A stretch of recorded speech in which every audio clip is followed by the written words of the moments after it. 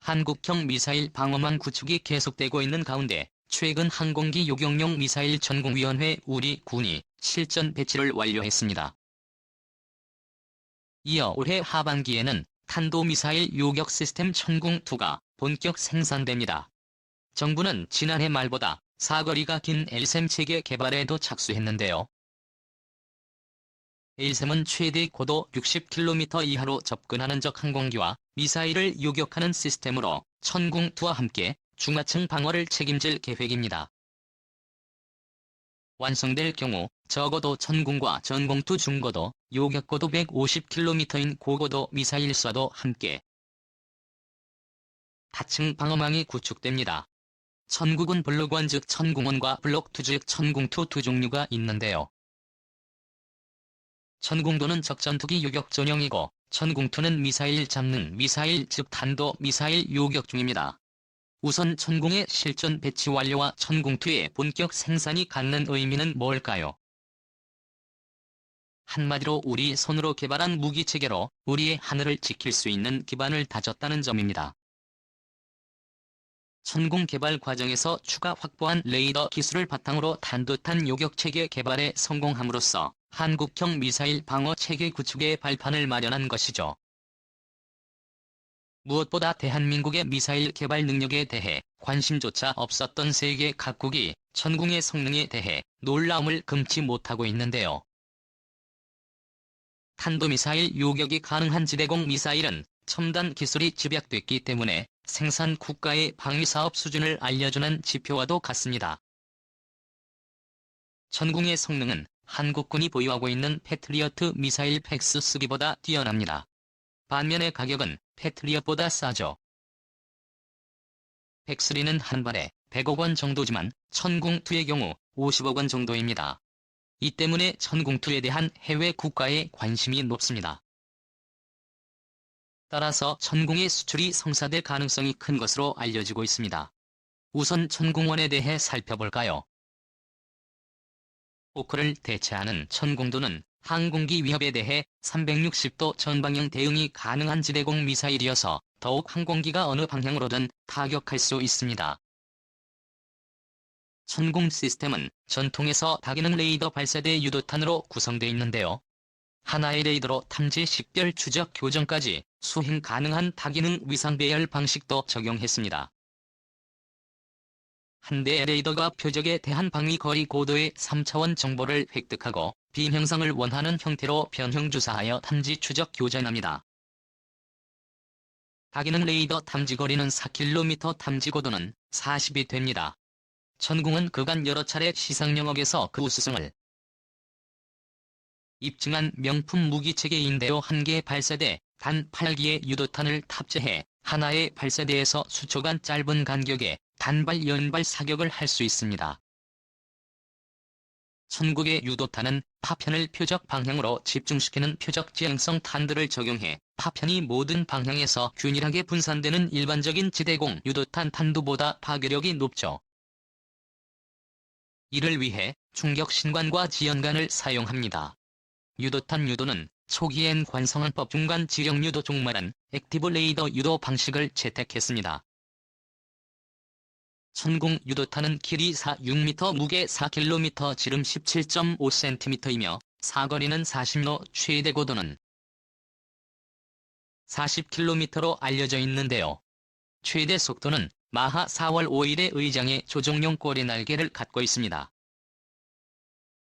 모든 메뉴가 한글화된 점과 한국인의 체형에 맞게 설계된 점도 운용자 편의성 측면에서 좋은 평가를 받고 있죠.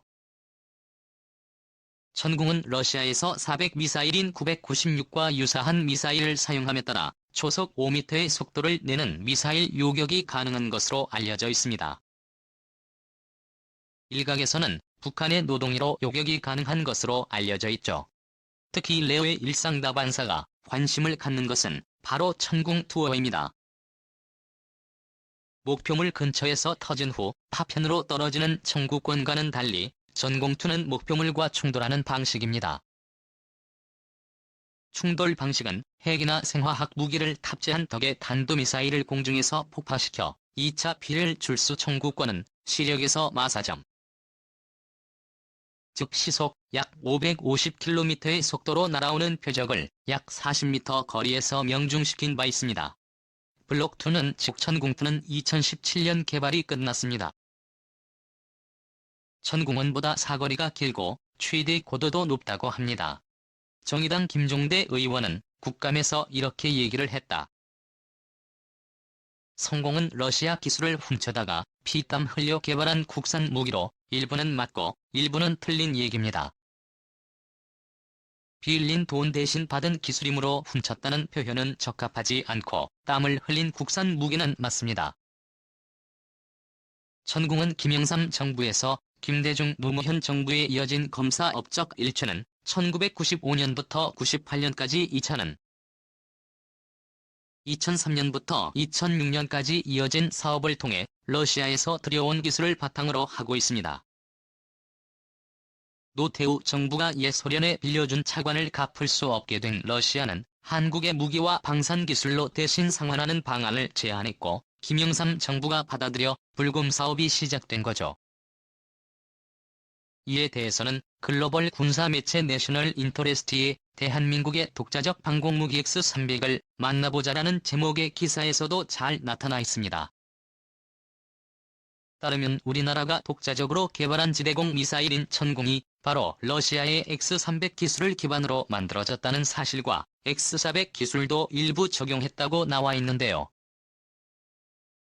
S4100은 최근 터키가 미국의 반대를 무릅쓰고 도입하려다가 F-35의 수입을 금지당한 사례가 있을 정도로 미국이 경계하고 있는 지대공 미사일 무기체계죠. 한국형 사드라 불리며 현재 개발 중인 LSAM도 바로 러시아의 S-400을 기술적 기반으로 하고 있습니다.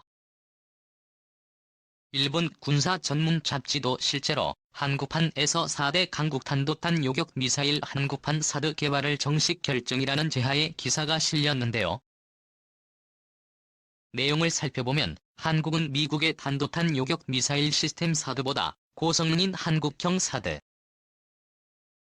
개발해 하기로 결정했는데 명칭은 한국형 사드지만 한국형 X400에 맞을지도 모른다는 것이었습니다. 사드와는 달리 탄도탄 요격 미사일과 항공기와 순항 미사일을 요격하는 미사일을 개발하게 되어 러시아의 방공 시스템에 가까운 구성이 된다는 것이죠. 원래 한국이 개발한 중거리 지대공 미사일인 천궁 방공 시스템은 러시아를 통해 획득한 X300S400이 기술이 많이 사용되고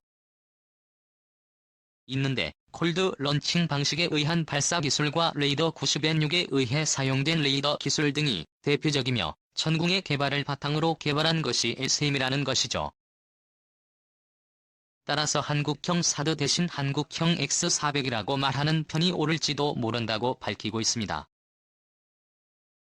여기서 잠깐 천궁 지대공 미사일 코드 런칭 방식이란 천궁은 콜드 런칭 방식으로 운용되고 있는데요. 바로 콜드 런칭은 러시아 미사일에서 주로 쓰입니다. 패트리엇 미사일은 론칭 방식이죠.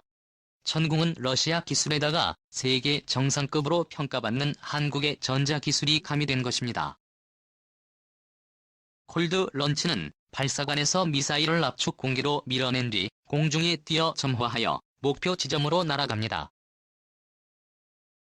발사관이 뜨거워지지 않죠. 핫런치는 발상을 해서 바로 미사일이 점화되어 발사하는 방식입니다. 고온의 미사일 화염을 견디는 내열 소재가 필요하고 화염을 밖으로 잘 배출하는 설계가 요구됩니다. 천궁 개발에는 천운이 더 재미난 에피소드가 있습니다. 시간을 잠시 뒤로 돌려보겠습니다. 어부가 준 잔해 덕에 오류를 없앴다는 얘긴데요. 천궁의 개발 과정에서는 숱한 우여곡절이 있었습니다. D는 천마유도탄의 설계 경험을 갖고 있었습니다. 하지만 천궁처럼 꼬리 날개만으로 고속 고기동하는 유도탄의 형상을 설계하는 데는 또 다른 차원의 기술이 필요했죠. D는 3차례의 유도탄 사격 시험을 실시했습니다. 하지만 2004년 4월부터 실시한 1차와 2차 사격 시험은 모두 실패했습니다. 추진기관과 유도탄 동체 발사관에서 유도탄을 쏘아내보내는 판의 설계 오류 등이 주원인으로 지목됐지만 추정에 불과해 2005년 11월로 예정된 3차 사격시험이 얼마 남지 않은 어느 날 시험장 근처에서 조업을 하던 어부의 그늘에 물고기와 함께 이상한 물건 하나가 딸려 올랐습니다. 어부는 이 물건을 애비 측에 전달했는데요. 1차 사격시험 때 추락한 유도탄 자리였습니다. 연구원들은 잔해를 분해해 추진기관을 살펴봤습니다. 연소관의 노즐 조립구 근처에 구멍이 나 있었죠. 이 구멍으로 추진력이 새나가 사격시험이 실패한 것이었습니다. 추진기관을 담당하던 연구진들은 설계를 처음부터 다시 검토 새로운 공법을 개발하기 시작했습니다. 잔해를 다시 바다에 던져놓지 않고 전달한 어부의 도움 덕에 연구진들은 유도탄의 오류를 바로잡을 수 있었고 천공은 세상의 모습을 드러낼 수 있었습니다. 자, 다시 한번 정리해보겠습니다. 국산 요격 미사일인 천공과 셈이 가야 한다며 향후 한반도의 방공망은 국산 천공과 L-3 유지의 이중 방공망으로 옮겨가는 방안을 검토할 것으로 보이는데요. 이렇게 되면 패트리엇 과자들을 천공과 L-3으로 대체해 미국의 천문학적인 무기 구매 요구를 할 수 있게 될 것으로 예상됩니다. 한국의 첨단 무기에 매료된 사우디 왕세자가 지난해 6월 한국을 방문하면서 국방과학연구소를 콕 집어 얘기하며 방한 일정에 포함시킨 일이 있었는데요. 이날 이들이 방문해서 왕세자 일행은 국산 명품 무기로 꼽히는 K2 전차 K라인 자주포 K-30B 다연장 로켓 혐오와 천공 등을 둘러봤다. 이란과 적대적 관계에 있는 사우디가 북한의 무기체계를 적극 도입하고 있는 이란에 맞서 한국의 무기체계에 대한 관심을 키우고 있는 상황인데요. 특히 사우디 측은 한국의 반과학 연구소를 롤모델로 하는 무기연구소 설립을 희망한다라는 의견을 피력한 것으로 알려졌습니다. 이 일을 계기로 사우디판들이 설립에 필요한 다양한 지원 방안을 사우디와 합의한 것으로 알려졌습니다. 중동에서 무기 분야의 한류가 본격화되고 있는 셈인데요. 이처럼 무엇보다 군 당국의 천공과 L-3을 개발한 것은 패트리엇과 사드를 대체하는 과정에서 얻어질 기술적 능력과 자신감이 의미 있는 국가적 자산이 될 것으로 기대하고 있습니다. 천공 계양산과 실전 배치와 L-3의 개발이 본격화함에 따라 한국은 요격 미사일 제조 국가로 자리매김해 사우디 같은 나라에 수출해 방어체계 수출국 대열에 올라설 수 있게 될 것입니다. 바로 천공의 개발과 실전 배치에 대해 일본과 중국 등 주변 국가들이 경계에 눈초리를 보내는 이유입니다.